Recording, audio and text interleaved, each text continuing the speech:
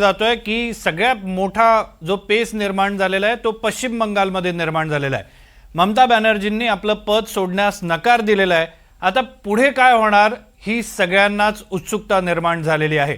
अशा परिस्थितीमध्ये नेमकं काय भूमिका घेतली जाऊ शकते, घटनेमध्ये नेमक्या काय काय तरतुदी आहेत या संदर्भात आपण बोलणार आहोत। तज्ञांकडून माहिती जाणून घेण्याचा प्रयत्न करणार आहोत। माझ्यासोबत ज्येष्ठ विधिज्ञ उज्ज्वल निकम सर आहेत। सर, तुमचं स्वागत आहे एनडीटीव्ही मराठीमध्ये।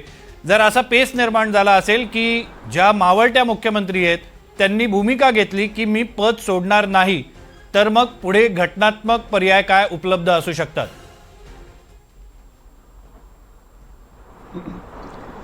ही गोष्ट कबूल केली पाहिजे की भारताच्या इतिहासात प्रथमच अशी घटना घडते। आता मावळते मुख्यमंत्री मी आता या क्षणी म्हणणार नाही, कारण घटनेनुसार ते हंगामी मुख्यमंत्री आहेत। आणि म्हणून ममता दीदी यांनी जी घोषणा केल्याचं आपण ऐकतो आहे की मला माझा पराभव मान्य नाही, माझे याबद्दल तीव्र आक्षेप आहेत आणि म्हणून मी मुख्यमंत्री पदाचा राजीनामा देणार नाही। प्रश्न पहिला आपल्याला हा विचारात घेतला पाहिजे की यांना घटनेनुसार असं करता येईल का? या बाबतीत आपलं संविधान स्पष्ट आहे। यापूर्वी माझ्या बघण्यात असे कुठेही दाखले नाहीत की जिथे एखाद्या मुख्यमंत्र्याने अशी हट्टवादी भूमिका घेतली आणि ही हट्टवादी घेऊन मी खुर्ची सोडण्यास माझा नकार आहे असं कुठेही कळवल्याचं या कायद्याच्या त्याच्यात मला दिसलं नाही।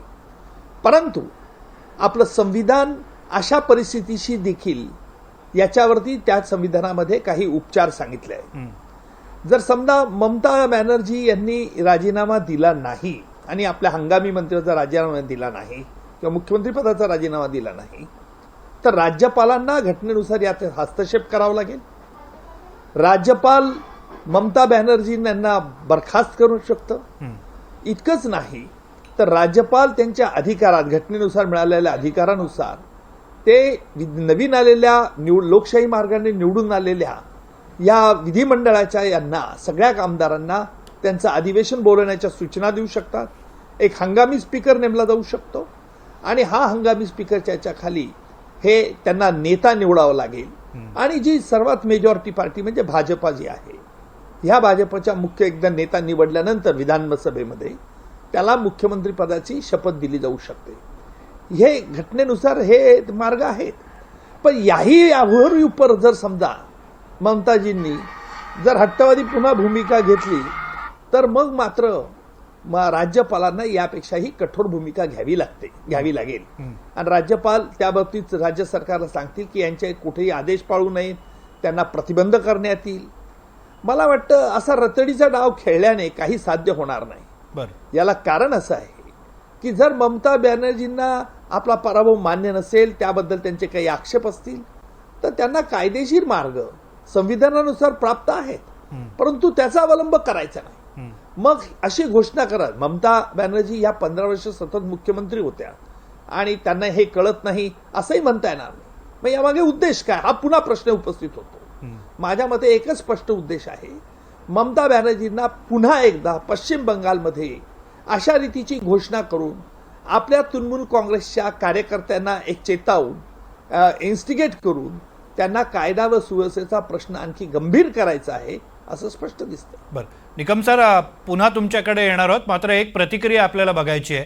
विधानसभेच्या निवडणुकीमध्ये पराभव झाल्यानंतर देखील पश्चिम बंगालच्या माजी मुख्यमंत्री ममता बॅनर्जी यांनी राजीनामा देण्यास स्पष्ट नकार दिला। हा निकाल जनतेचा खरा कौल नसून एका कट कारस्थानाचा परिणाम असल्याचा दावा त्यांनी केलाय। त्यामुळे आता पश्चिम बंगालमध्ये पुढे काय होणार असा प्रश्न सगळ्यांना पडलेला आहे। ममता बॅनर्जींनी राजीनामा दिला नाही तर कोणता पेस निर्माण होईल का? ममता बॅनर्जींना पदावरून हटवलं जाणार का? असे सगळे प्रश्न निर्माण झालेले आहेत। जे आसामचे मुख्यमंत्री आहेत, जे पुन्हा निवडून आलेले आहेत, त्यांनी नेमकी या संदर्भात काय प्रतिक्रिया दिली ते आपण पाहूया। देखिए, रिजाइन नहीं करेगा तो उनको डिसमिस कर दिया जाएगा, तो उनका हिसाब से थोड़े देश चलेगा। तो एक समय तक राज्यपाल महोदय अपेक्षा करेगा, उसका बाद she will be dismiss, as simple as that. आपका रिजल्ट हो गया, चुनाव का परिणाम डिक्लेयर हो गया, आप बोला है मेरे से 100 सीट छीन के लिया है, तो मैं भी बोलूँगा कांग्रेस ने जो 19 सीट जीता है वो भी मुझे सीन के लिए लिया गया है, मुझको तो 126 ही मिलना चाहिए था। आपने सुप्रीम कोर्ट गया, supreme court has said no you are wrong, election commission is correct, then वो डिबेट तो समाप्त हो चुका है। ये डिबेट कहाँ रहा? ये तो डिबेट सुप्रीम कोर्ट का फ्लोर में ही समाप्त हो चुके हैं। एसआईआर किया इसलिए मैंने हार गया। अरे एसआईआर में जिसका नाम काटे गए हैं सब नाम आपका खाता में दे दो, फिर भी आप जीत रहे हैं क्या? निकम सर, आपण प्रतिक्रिया बघितली, हेमंत बिस्वा शर्मा यांची प्रतिक्रिया होती। 2 मुद्द्यांवर ममता बॅनर्जी यांनी आक्षेप नोंदवलेला आहे। निवडणूक आयोगानं ही निवडणूक आमच्याकडून हिरावून घेतली, हा पहिला आक्षेप आहे, आणि दुसरा आक्षेप त्यांचा एसआयआर बद्दलचा आहे। तुम्ही विश्लेषण करून सांगत होतात, तुम्ही माहिती देण्याचा प्रयत्न करत होतात की जर ममता बॅनर्जी यांनी हट्टी भूमिका अशाच पद्धतीने कायम ठेवली तर काय भूमिका या पुढच्या काळामध्ये घटनात्मक पद्धतीने घेता येऊ शकते। घटनेमध्ये अशी काही तरतूद आहे का की जर एखाद्या मुख्यमंत्री जो राहिलेला आहे त्याने हट्टी भूमिका घेतली आणि तो हट्ट आपला कायम ठेवत असेल तर त्याच्यावर कुठली दंडात्मक कारवाई होऊ शकते का, किंवा शिक्षेची काही तरतूद घटनेमध्ये नमूद केलेली आहे का?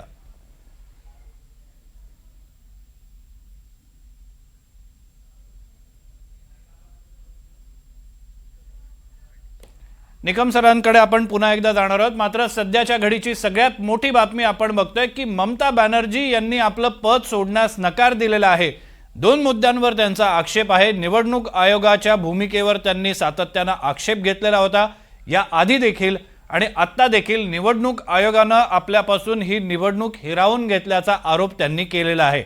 आम्ही पद सोडणार नाही, ही आमची भूमिका आहे, असं ममता बॅनर्जी यांनी एक पत्रकार परिषद घेऊन जाहीर केलेलं होतं।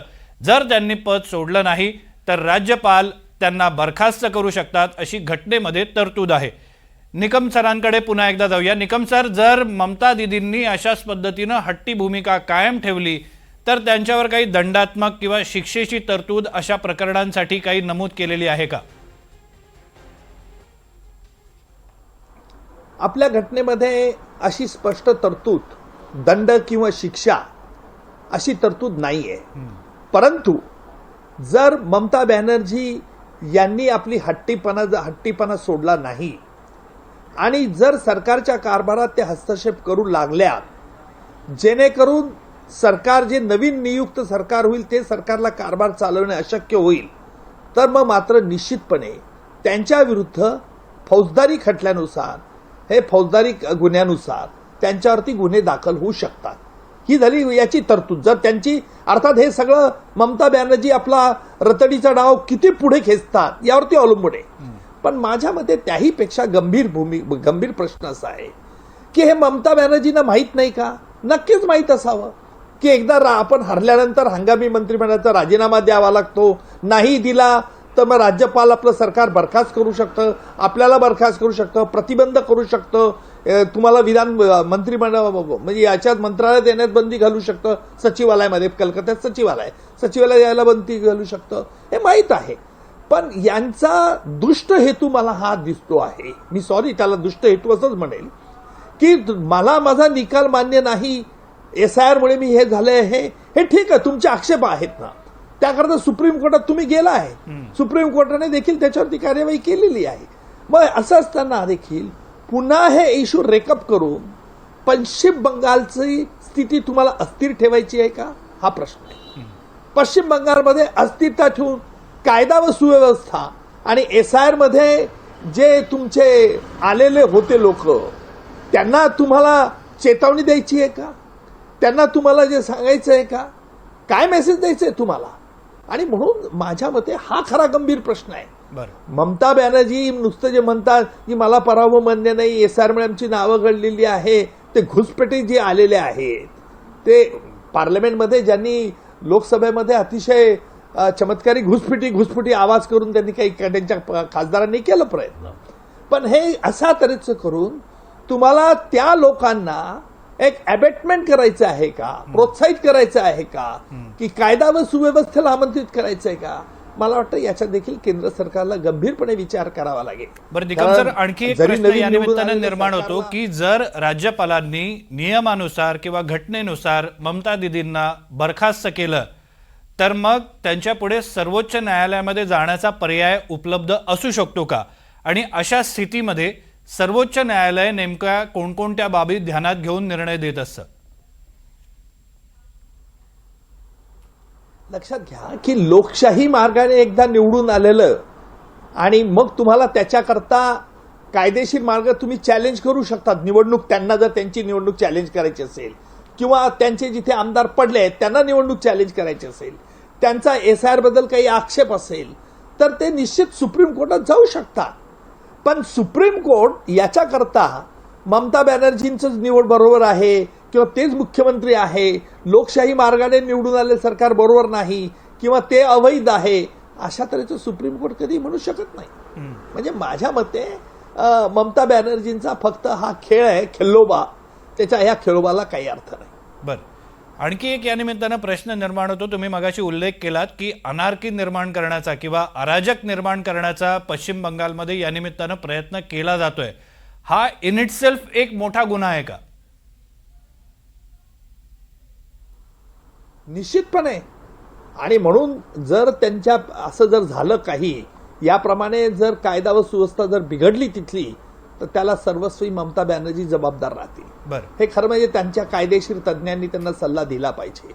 कारण असं आहे की याच्यामुळे अराजकता जर निर्माण झाली आणि पुढे झाली तर त्यात ममता बॅनर्जींचे नाव गोवलं जाऊ शकतं. मी शेवटचा प्रश्न की ही जी तुम्ही भूमिका मांडताय ही राजकीय चष्म्यातनं न बघता तुम्ही विधिज्ञाच्या चष्म्यातून मांडण्याचा प्रयत्न केलात आता पुन्हा एकदा, तर तटस्थपणे पश्चिम बंगालमधली जी परिस्थिती आहे त्याचं तुम्ही थोडक्यामध्ये नेमकं कसं विश्लेषण कराल? असं आहे, ज्या पद्धतीने हे निकाल लागलेले आहेत त्याचाच अर्थ आहे की लोकांना बदल हवा असतो. मी नेहमी ज्या वेळेला बोलत असतो त्यावेळेला कुठल्याही राजकीय पक्षाची भूमिका ठेवून कधीच बोलत नसतो. कारण हा बदल प्रत्येक ठिकाणी हवा असतो. लक्षात घ्या की कुणी ताम्रपट घेऊन आलेलं नाहीये. आणि आता लोकांना जर दिसून आलं की कायदा व सुव्यवस्था राज्यात बरोबर नाही तर कोणत्याही राज्यात सरकार बदललं जाऊ शकतं. याचं आपण प्रत्येक स्थित्यंतर प्रत्येक निवडणुकीनंतर बघत आहोत. त्याच्यामुळे पश्चिम बंगालमध्ये बदल होईल. कारण 15 वर्ष जिथे सत्ता असते आणि 15 वर्षामध्ये जर लोकांना असं लक्षात येत असेल की काही बदल चांगले झालेले नाहीत, उलट काही अन्याय आहे, अत्याचार होत आहेत, आपण बघितलेलंच आहे ना. त्याच्यामुळे लोकांनी ठरवलं. असं आहे की आरोप करणं फार सोपं असतं, कोणी कुणावरती आरोप करू शकतं, परंतु लोकांच्या मनात काय चाललं हे आपल्यासारख्या चॅनलच्या एक्झिट पोलला देखील कधीच ओळखता येत नाही. त्याच्यामुळे हल्ली चॅनलच्या एक्झिट पोलवरती लोक विश्वास ठेवत नाही आणि लोक कधी सांगत नसतात की आपल्या मनामध्ये काय, कोणाला मतदान करायचं आहे. लोक सभोवताली बघत असतात, परिस्थितीचं निरीक्षण करत असतात. आणि म्हणून हा जनतेचा कौल मतपेटीतून जेव्हा बाहेर जाहीर होतो तेव्हा अनेकांना धक्के पोचतात. धन्यवाद निकम सर, तुम्ही या चर्चेमध्ये सहभागी झालात.